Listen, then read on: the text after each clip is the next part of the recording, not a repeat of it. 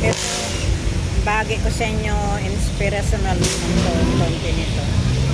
Ang sabi nila, kung gusto mo ng swerte sa buhay, kumilos ka. Kumilos ka habang maaga. Huwag kang uupo-upo sa bahay nyo na naghihintay. Kung hindi ka kumilos, walang darating.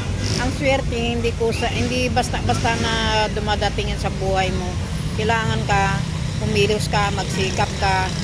Kung gusto mo maabot ang swerte sa buhay mo, kumilos ka, hindi yung basta tutunganga ka sa bahay.